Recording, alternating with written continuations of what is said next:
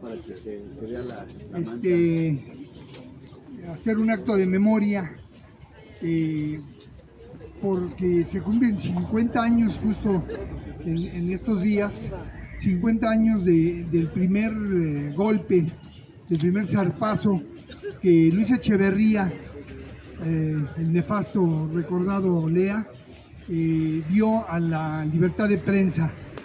La labor que venían desarrollando diferentes compañeros,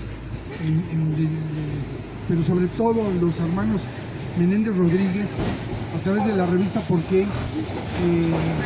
Ese día culminó con la represión y la detención de los que éramos colaboradores y de los que todavía alcanzábamos a tener un poco de esperanza en que hubiera libertad de prensa en este país. Después de ser acosados ellos laboral y fiscalmente, tuvieron que dejar sus oficinas que estaban ahí en la calle de Monterrey, en la colonia Roma, y aquí estaban los talleres y aquí adaptaron al frente unas oficinas. Ese 9 de septiembre a Figueroa lo liberan el 8 de septiembre allá en Guerrero, y había pedido, entre otras cosas, 50 millones de pesos, la liberación de todos los presos políticos y comunes de las cárceles de Guerrero, porque argumentaba que los presos que estaban allá eran presos por hambre. Sí liberaron a algunos presos políticos, pero sí pagaron los 50 millones de pesos. Y había un reportero de la revista ¿Por qué? Que fue testigo de la negociación y el momento que se entrega el dinero y se intercambia por el gobernador, bueno, era el gobernador electo y su secretaria. Entonces, pues al otro día, esto fue una cacería de brujas, ¿no? Al siguiente día era domingo, coincide exactamente como este año, era domingo y el domingo estaba cerrada la revista, pero el lunes de muy temprano pues empezaron a detener a los diferentes, sobre todo a Hernán y a Roger, que eran los que estaban al frente de la revista, ya que Mario vivía en el exilio en Cuba, Mario Renato Menéndez Rodríguez. Quiero darle la palabra aquí a uno de los fundadores en 1967, que en realidad es cuando se funda, aunque el primer número del Por qué se edita en el 68, pero es uno de los fundadores de Óscar, del cineasta reconocido y gran compañero, congruente toda la vida, Óscar Menéndez, primo hermano de los hermanos Menéndez, y que fue fundador, y por ahí vi tu credencial de reportero, no, de fotógrafo, ¿eh? De fotógrafo, y él ha hecho una labor invaluable con sus documentales del 68, con libros y sobre todo, por ejemplo, hoy con su presencia, ¿no? Que es muy importante. También invité a Alberto Híjar, que supongo que pueda llegar, pero no sé si haya estado en algo me dijeron sus hijas que no había estado muy bien de salud, pero pues Óscar, para mí, qué bueno que haya hombres así, porque viene desde Cuernavaca. Él lo recuerdo perfectamente allá en los años 60, a finales de los 60, pero sobre todo yo en los 70, con Leopoldo Ayala, con Fausto Trejo, con Alfredo Meneses, los pintores, con José Hernández Delgadillo, con José de Molina, con Judith Reyes, con Beatriz Munch, y él va a decir con quién más, pero hacíamos unas reuniones ahí semiclandestinas cuando cerrábamos la galería, y a mí me tocó ser el último gerente de la galería, el último gerente de la librería Rebelde y el último colaborador de la revista ¿Por qué? Y pues, a mí conózcanme más que una camaradería, una hermandad. Les presento al cineasta Óscar Menéndez. Bueno, David, lo que hablamos de recuerdos, gracias. Ah, ya. Este es el libro, la última edición, la primera edición de este libro, pero llevan 4 ediciones. Ajá. Bueno, es la memoria de nosotros, vaya. Sí. Bien. Gracias. Bueno, yo quisiera recordar un poquito, hacer un poquito de memoria, ¿no? De la historia esta de la revista, sobre todo, que es lo que estamos ahorita contemplando, ¿no? Resulta que en 1967 yo ya trabajaba en la Revista para Todos, que dirigía, bueno, el dueño de la revista era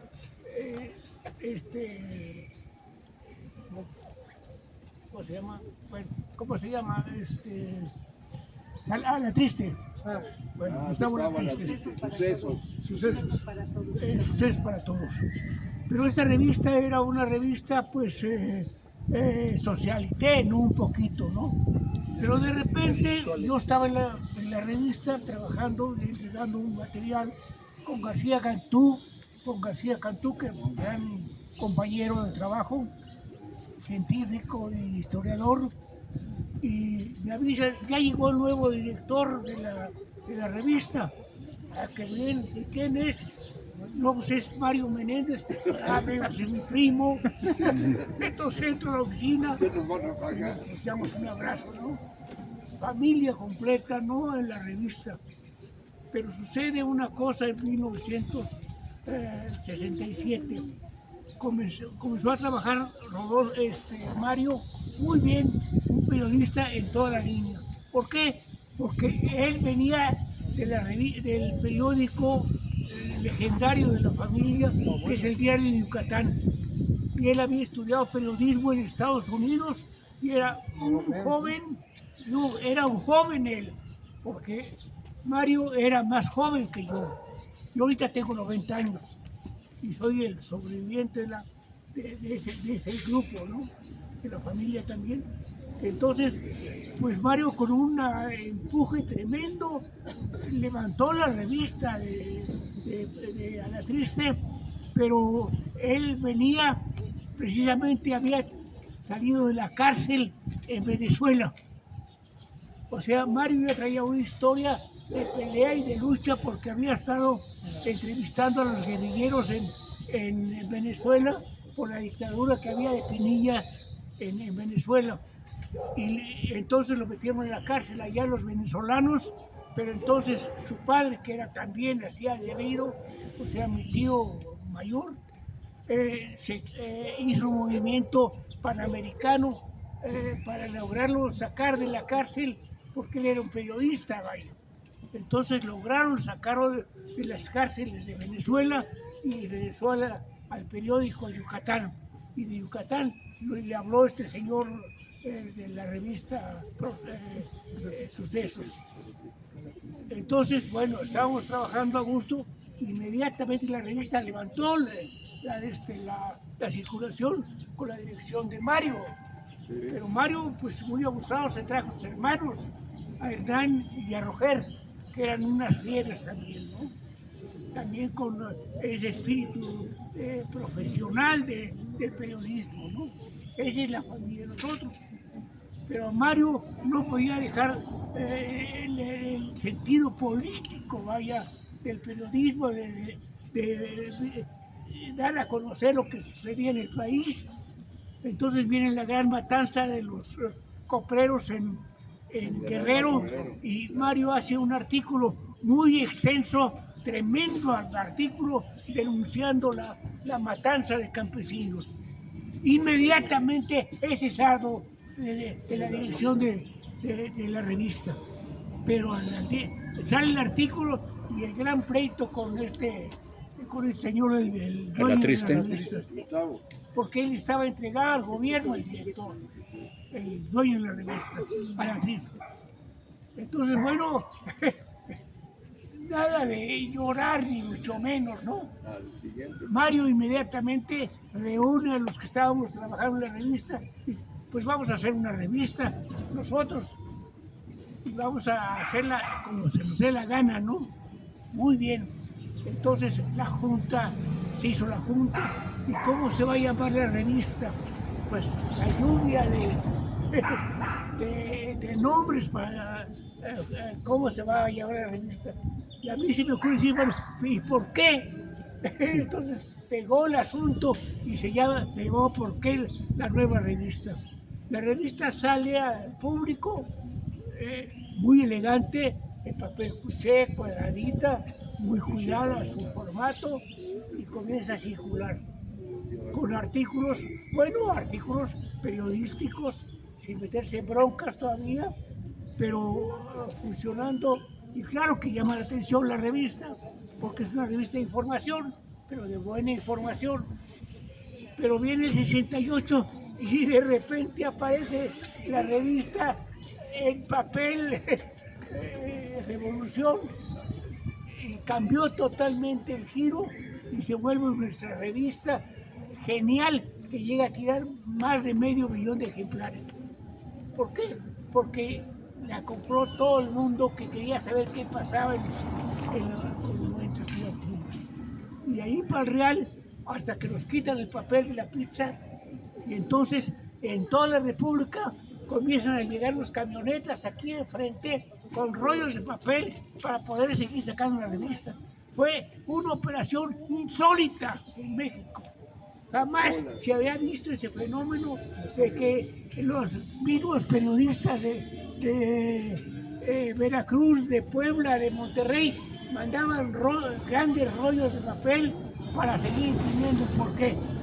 Eso fue la mayor hazaña periodística que ha tenido México, surtir de papel, porque la pizza inmediatamente cortó al papel que teníamos derecho como prensa. Entonces, bueno, todo esto ustedes ya lo vivimos todos. A mí me gustaría pues haber narrado esto, porque son cosas tampoco no las sabían ustedes.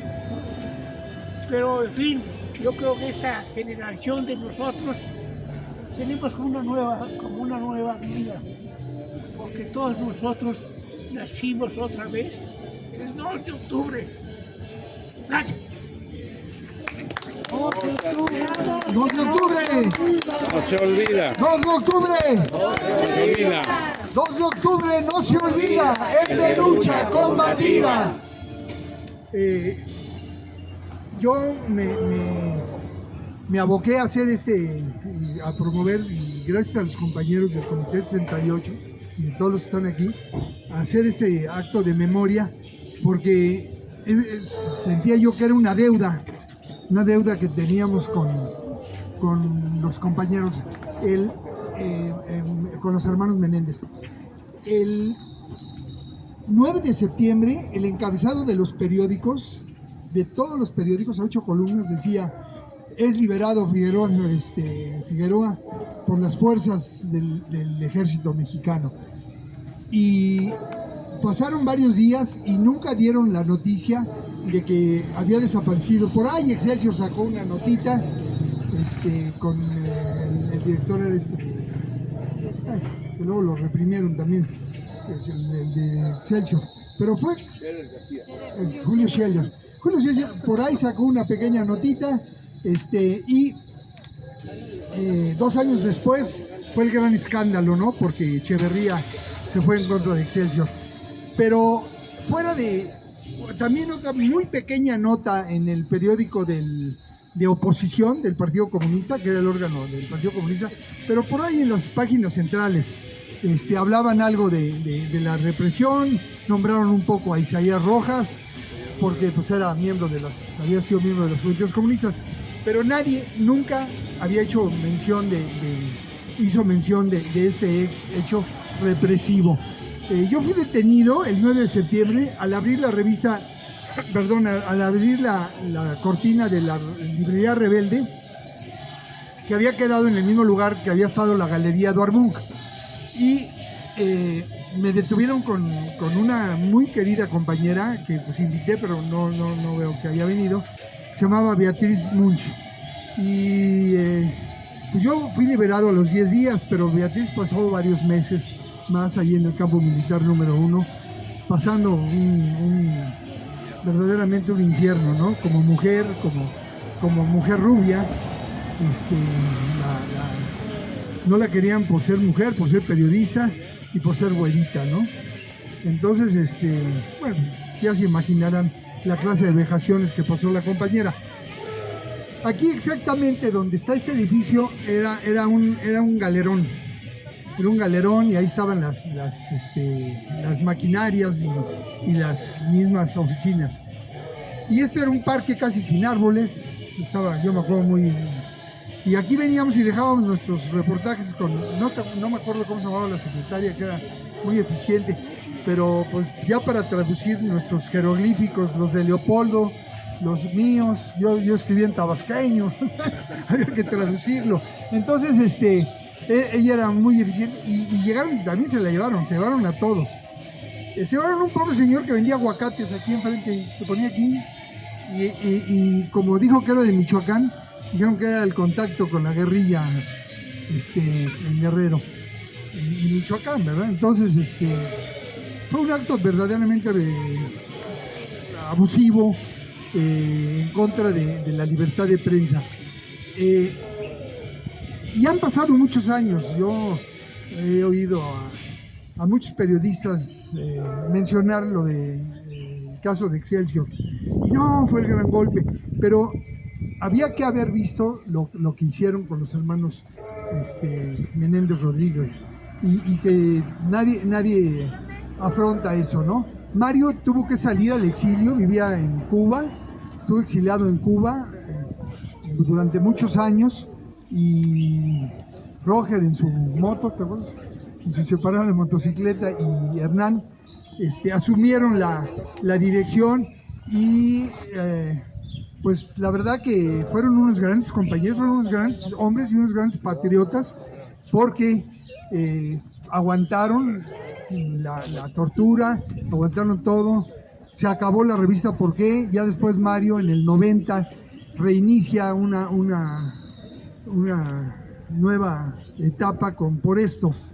Pero aquellos años de los 70 vivíamos en una situación semiclandestina, Oscar, porque los rollos que sacábamos, tú te acordarás, se sacaban los rollos fotográficos y había que esconderlos en los calzones, o había que dárselos a un compañero, o cuando nos llegaba algún comunicado, pues había que entregarlo al que era el secretario de Información, a un tal Jacobo Zabludowski, y entonces le poníamos los comunicados en la rueda de un coche cerca de Telesistema Mexicano. Bueno, era Televisa, era Telesistema Mexicano todavía, y entonces pues nos teníamos que mover en una situación semiclandestina.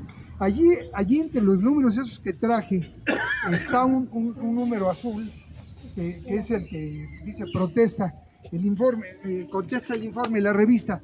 A ver, permítemelo, mija. Este fue el último número que circuló de la revista, porque en la contraportada venía el reportaje sobre el secuestro del señor Zuno, que era el suegro del presidente.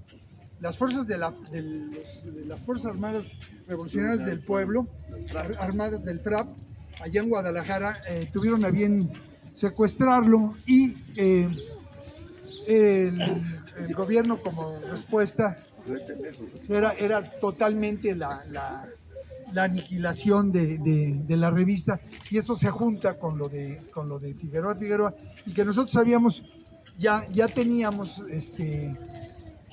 Isaías ya había hecho llegar las fotos y todo esto de la entrega del dinero y de todo lo que había sucedido allá. Entonces pues, el golpe fue tremendo.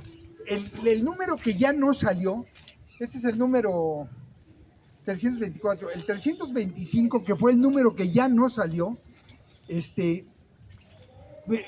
iba a informar a todo el pueblo de México lo que el gobierno negaba, que ellos decían que no trataban con terroristas. No eran terroristas. Delincuentes. Era un movimiento guerrillero, era un movimiento popular. El Partido de los Pobres era un movimiento estructurado, y siempre mostró la seriedad y el trabajo de apoyar sobre todo a las normales rurales, y a todos los movimientos populares.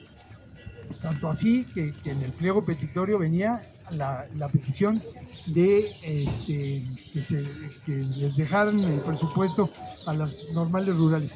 Imagínense, eso fue hace 50 años y son cosas por las que seguimos luchando y son cosas por las que seguimos viendo. Esta de la desaparición de los 43 compañeros de Ayotzinapa, pues es esto, es el resultado de no hacer caso, de importarles un cacahuate lo que le pasa al pueblo. Yo quisiera darle la palabra. Espérame, oye, David. Además es para puntualizar unas cosas. Sí, claro. ¿Cómo quieres el, Bueno, quieres el quiero tema? puntualizar nada más, siguiendo la misma línea que dice David. El asunto es que Mario estuvo 11 años en Cuba y hizo el doctorado en ciencias políticas en la Universidad de Moscú, en conexión con la Universidad de La Habana. Exacto.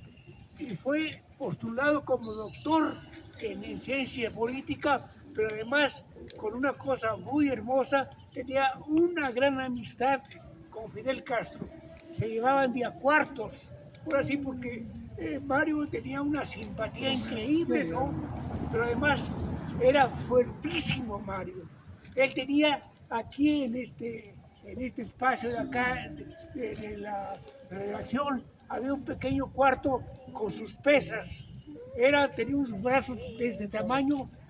Cuando lo aprenden a él, 6 agentes no lo podían dominar. Bueno, para terminar nada más, quedarnos con alegría, una alegría así un poco amarga, es que estaban montando la revista el día que llegaron a dinamitarla. Y estaban los trabajadores, pues son trabajadores de la revista que llegaban a encuadernar la revista. Entonces llegan los guaruras y apresan a todos y le preguntan a unos trabajadores: oiga, ¿usted es del Partido de los Pobres? Y el pobre contesta: pues no, ni modo que sea de los ricos. Se ganó 3 años de cárcel en Lecumberri y acompañó a los demás compañeros, el compañero trabajador. Eso también hay que saber. Sí, Mario Renato había estudiado en la Universidad de Tulane, muy cerca de Nueva Orleans, y como ya puntualizó Oscar, su abuelo había editado el periódico de Yucatán, y allí empezó a escribir Mario, pero pues, lo jalaron acá, ¿no? En Sucesos para Todos. Había que nombrar también la revista de Manuel Marcué, ¿no? La revista Política. La revista Política que valientemente también Manuel logró sostener por muchos años y fue bien solidario. Y después, Punto Crítico, ¿no? Que emanó también de la lucha del 68. Quiero hacer nada más también una mención a una cosa que está en esto que escribí yo hoy.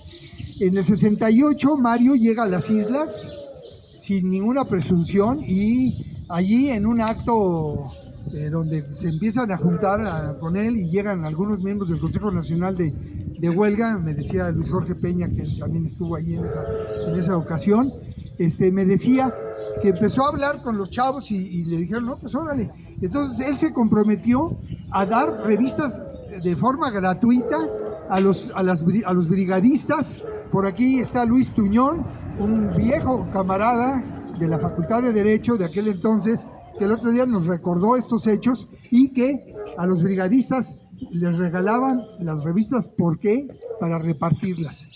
De ese tamaño era Mario, ¿no? Y también una de las cosas que hizo Mario fue el primer latinoamericano, hispanoamericano, que logró hacerle una entrevista a Fidel Castro. Él, cuando la logra allá en La Habana, y debido a su carisma, a su gran simpatía, porque no podías llegar con Mario y que te cayera mal. O sea, era carismático como él solo. Pero entrevista a Fidel y una de sus consignas se le vuelve ir a entrevistar al Che. Y pues Fidel le da información de primera línea y se trata de ir a a Bolivia a entrevistarlo. No llega, lo detienen en Colombia y siempre se quedó con esa espinita de no haber, no sé si no conoció al Che, no lo sé. El muchacho Conde que me dijo que muchas veces vio a Mario allá en Cuba, pero siempre me quedé con la duda de si Mario había conocido o no al Che, pero no lo pude entrevistar. Lo que sí hizo con nefastos resultados Regis Debray, ¿no? Que fue a Bolivia y nada más a entrevistar al Che y nada más a la primer cachetada soltó toda la sopa y le tuvieron que dar 50 para que se callara, ¿no? Entonces, hago alusión a esto porque Mario fue un hombre muy preparado y muy hecho, muy hecho a la lucha, ¿no? Le quiero dar la palabra al licenciado Víctor Romero, profesor de Derecho de la UAM, que nos va a brindar va a aportarnos algo aquí a este acto. Buenos días, ¿ahí se me escucha? Buenos días, compañeras, compañeros. Bueno, de entrada saludarlos. Qué bueno que estemos aquí para un evento de memoria histórica y la reivindicación de la libertad de expresión como derecho humano, como derecho democrático. Miren, la libertad de expresión, como cualquier derecho, no ha surgido por un desarrollo lógico de ideas o por un regalo gracioso de cualquier gobernante, ya fuera presidente, ya fuera rey, lo que fuera, sino ha sido un derecho que ha surgido a lo largo de cientos de años de luchas obreras, luchas campesinas, luchas estudiantiles. Creo que eso es muy importante, porque a veces en los tiempos que corren pareciera que es porque el Estado tiene la gracia de dárnoslo, pero eso es falso. Si hoy tenemos la libertad de expresar nuestras ideas políticas, nuestra forma de pensar, nuestro disentimiento, que eso es muy importante, nuestro disentimiento es por años y sangre de personas, hombres, mujeres, que lo han dado. Entonces creo que eso es muy importante al pensar la libertad de expresión como derecho. Justamente aquí los compañeros, al contarnos la experiencia de la revista Porque, pues nos demuestran, ¿no?, que ese derecho de expresión le costó la libertad, años de cárcel a compañeros, compañeras de persecución política. Creo que eso es algo que tenemos que reivindicar con mucha fuerza. En este sentido, esas luchas también permitieron que la libertad de expresión terminara en documentos, en leyes, la Constitución mexicana, tratados internacionales de derechos humanos. Pero también hay que recordar que esos derechos que están ya reivindicados en papel, no solo por estar en papel se respetan, se tienen que estar constantemente ejerciendo. La mejor forma de defender un derecho es ejerciéndolo, es hacer lo que estamos haciendo aquí, expresar nuestras ideas políticas, expresar la memoria histórica. Entonces no basta con que un derecho esté en la Constitución. La Constitución mexicana tiene más de 100 años, la reivindicación del derecho de libertad de expresión en ella también tiene más de 100 años, y no evitó, ¿no?, que en los años 70 se atacara a la revista Porque. Ahora, que los compañeros hayan resistido justamente permite que ese derecho lo podamos ejercer hoy en día. Por supuesto que es importante que cualquier derecho quede por escrito, pero si no nos organizamos, no reivindicamos constantemente ese derecho, los derechos se pueden ir diluyendo, se pueden ir perdiendo. Entonces, un acto como este, reivindicar a la revista Porque y todos los medios independientes hoy en día, tanto en México como en cualquier otro país, es fundamental. No solo para mantener el derecho de libertad de expresión, sino para fortalecerlo para las futuras generaciones. Entonces no me queda más que saludar el acto y agradecer el uso de la palabra. Gracias, compañeros, compañeras. Muchas gracias. También quiero hacer mención, algo importante que decía el licenciado, es, por ejemplo, la revista ¿Por qué? Se vendía en los puestos de periódicos. Y esto era pues, inusual, ¿no? Porque al ser Gómez Corchado un diputado priista y el ser el líder de los voceadores. Pues no sabíamos por qué. Pero en una ocasión acompañé a Hernán allá a la calle de Artículo 123. Me dice, vente, estábamos allí en la vocacional número 5 con Leopoldo y Juan Alejandro, por cierto, y me dice, acompáñame David, vente. Y fuimos allí a Artículo 123 y nos entrevistamos con un señor que se llamaba Antonio Velázquez.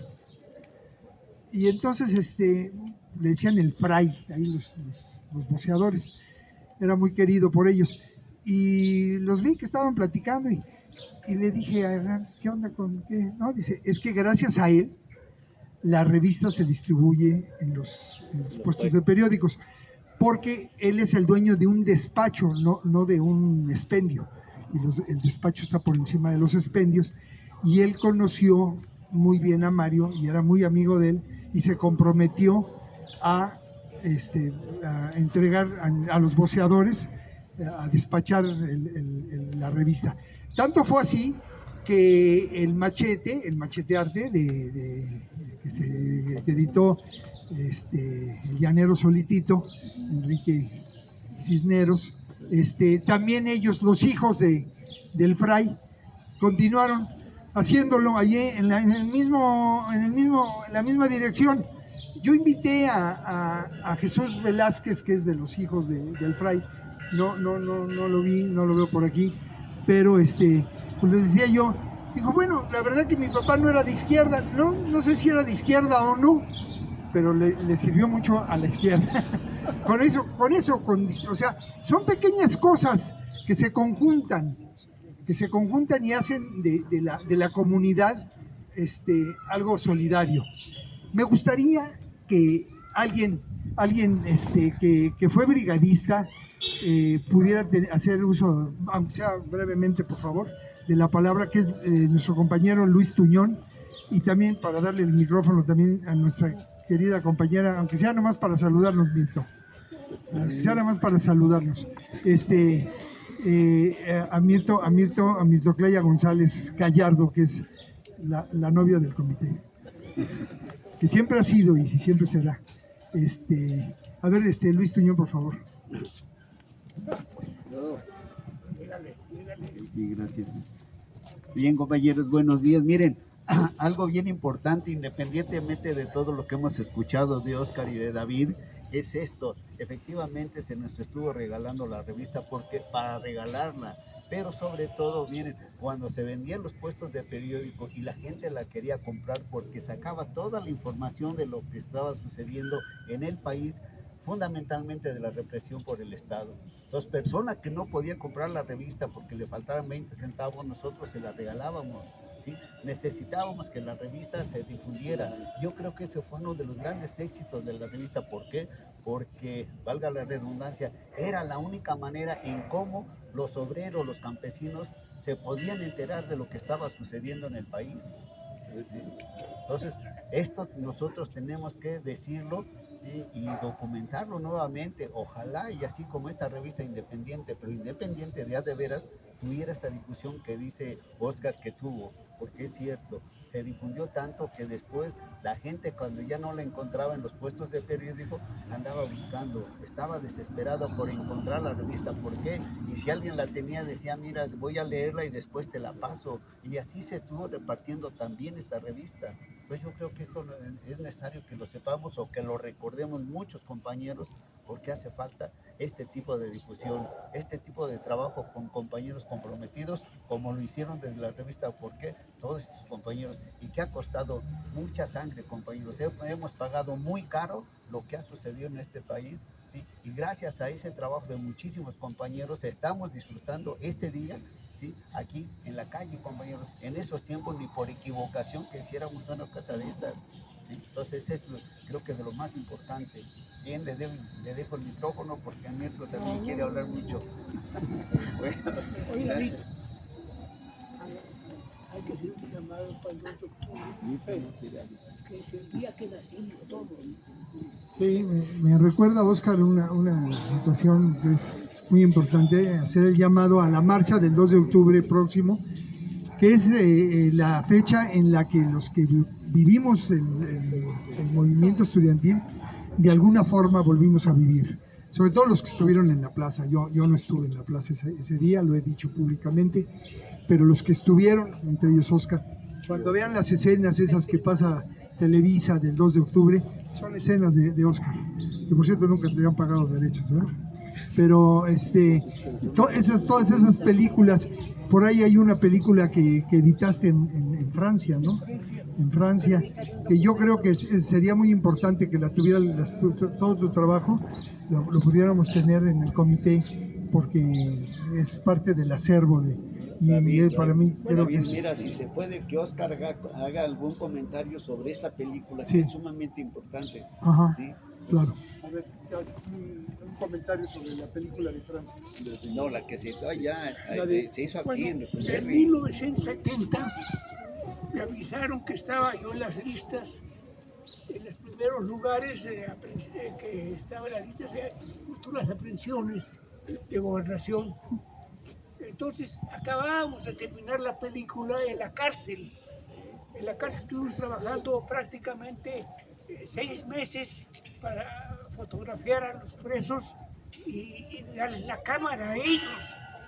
Y con lecciones de cine que les mandaba, hicimos un gran reportaje en Lecumberri. Pero entonces montamos la película que se llamó 2 de octubre aquí en México, que estrenamos en la Facultad de Ciencias en la UNAM. Causó un impacto tremendo, porque estaba demostrado que les habíamos filmado una película en sus barbas a las autoridades. En ese momento yo volaba para Europa, porque la película tenía muchos efectos técnicos y queríamos terminarla bien. En Europa, afortunadamente, en Francia, llevaba cartas yo para Jean-Paul Sartre. Lo entrevisté y él inmediatamente me preguntó por Pepe Revuelta. Dijo, ¿cómo le va a Pepe? Muy mal. Entonces le platicamos que nos habíamos hecho una película y que queríamos que nos apoyara con la televisión francesa para poder hacer las correcciones de la película. Y Jean-Paul Sartre inmediatamente se movió con las autoridades de la televisión francesa y afortunadamente le dieron cabida al proyecto de nosotros de hacer una película sobre los presos políticos en México. Entonces la película pues, fue increíblemente fuerte, ¿no? Y iba a ser proyectada en Eurovisión para 100 millones de televidentes en Europa, pero intervino el gobierno de México y el gobierno francés canceló la producción. Eso está registrado en los libros ya. Entonces nos impidieron la difusión de la problemática mexicana. Echeverría directamente mandando una protesta al gobierno de Francia que suspendería las relaciones económicas. En ese momento estaba Francia vendiéndonos el metro. Entonces era un problema internacional la película. Y finalmente, pues la película la fuimos publicando en Europa, en las universidades y sindicatos. Entonces la película pues no podía pasarse en México. Finalmente pasaron los años y pudimos hacer un estreno aquí en México en la Escuela de Cine y comenzó a circular casi clandestinamente. Es la historia de esa película. Pero ¿cómo se filmó? ¿Cómo se filmó adentro? ¿Cómo metieron las cámaras, los rollos? Quiere que me comentes vicisitudes de la... Es que es importante, porque había los compañeros de Chihuahua y los de Guerrero.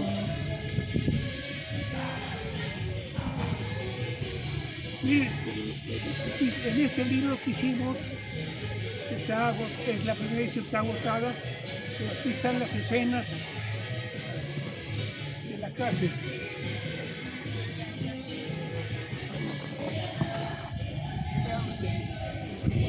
tremendas escenas de Lecumberri.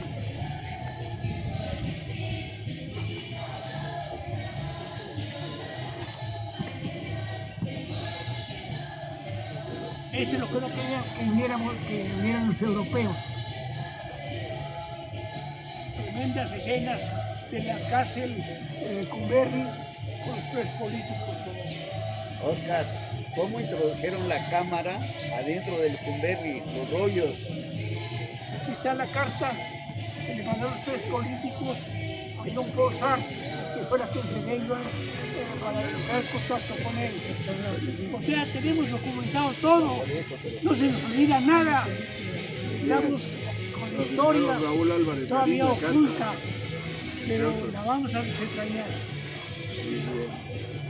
Aquí está la cruz de Tlatelolco. Entonces son fotos que yo saqué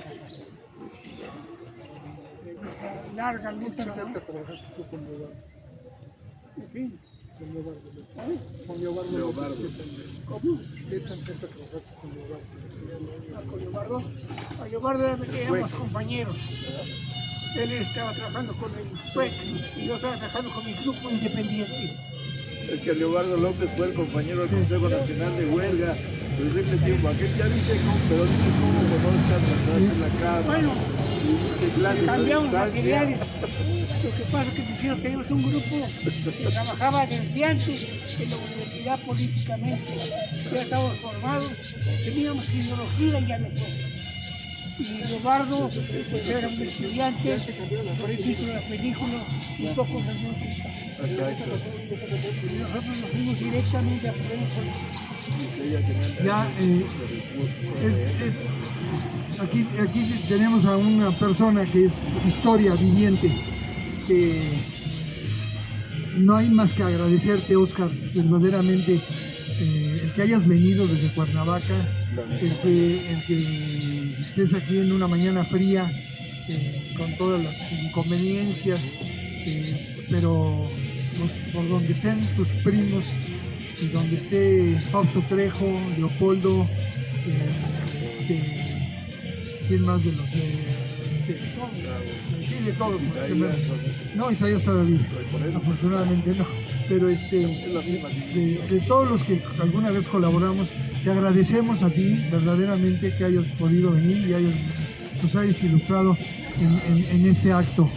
No nos queda más que agradecerles a todos su presencia y que hayan venido a hacer este acto de memoria.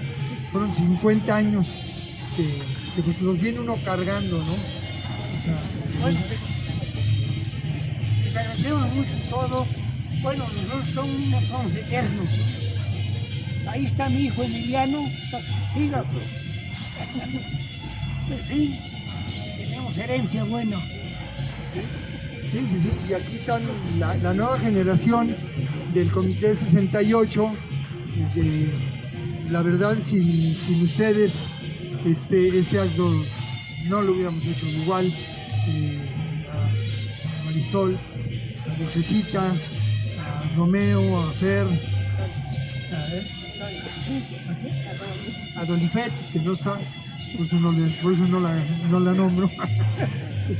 A Mirto Cleya, preciosa, que siempre nos acompaña. Yo quería que hablara porque ella fue ella estaba en el edificio Chihuahua el 2 de octubre, era la mesa de ceremonia, la conductora del evento del 2 de octubre, y en los momentos de represión y eso, la detuvieron junto con los compañeros que estaban ahí, y ella no pudo terminar el acto por lo que sabemos que sucedió en Tlatelolco, ¿no? Su gran amigo y compañero del Poli, Florencio López Osuna, el PAI, siempre convivió y siempre decía que admiraba tanto a Mirto, ¿no? Yo recuerdo el poema que le escribí yo al PAI, a Florencio, y El día que lo leí, estaba mi hijo, así como ahora viene tu hijo, y estaba mi hijo, y estaba abrazando a Mirto, y yo estaba leyendo el poema y Mirto llorando, y pues me arrastró con el llanto, ¿no? Porque era su gran amiga, su gran compañera, y el 68, el 2 de octubre, y todo lo que después siguió, porque Mirto ha sido una gran compañera del comité. Ha sido, por eso yo siempre le he dicho que es la novia del comité, porque siempre ha sido solidaria y le hemos querido tanto, y ha dejado que las cosas transcurran, pero ella siempre solidaria. Muchas gracias, Mirto, por tu presencia. Pastora, muchas gracias. Moisés, muchas gracias. Muy, querías hacer uso de la palabra, que sea de forma breve, por favor. Nada más la trascendencia que tuvo la revista, porque nosotros los brigadistas del 68, ¿sí? Fue producto de la propaganda, precisamente, con eso nos movimos a repartir hasta Guerrero, en Morelos, en varias partes. Ha servido gráficas que se tuvo para hacer periódicos murales, periódicamente en Politécnico. ¿Sí?